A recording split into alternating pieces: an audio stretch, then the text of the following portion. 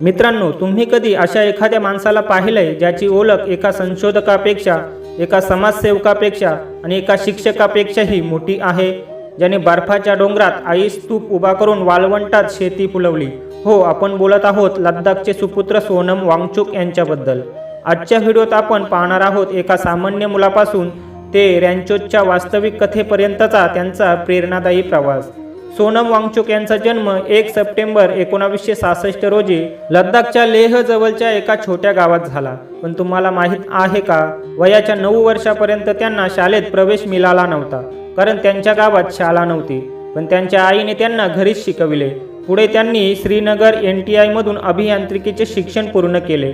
पण पदवी घेतल्यानंतर त्यांना काहीतरी वेगळं करायचं होतं. समाजाला पुन्हा काय देता येईल हा त्यांचा मुख्य विचार होता.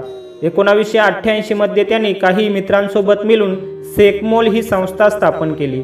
लद्दाखच्या शिक्षण पद्धतीत बदल घडविण्यासाठी ही क्रांती होती. तिथल्या मुलांना केवळ पुस्तकी ज्ञान नाही तर व्यवहारी ज्ञान मिळावं यासाठी त्यांनी प्रयत्न केले.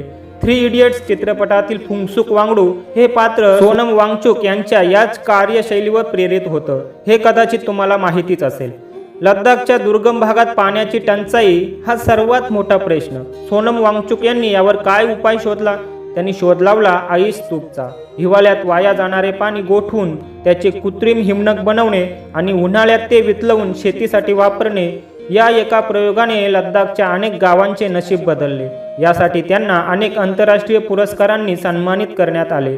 केवळ शिक्षण आणि तंत्रज्ञानच नाही तर लद्दाखच्या पर्यावरणासाठी सोनम वांगचुक नेहमीच रस्त्यावर उतरले.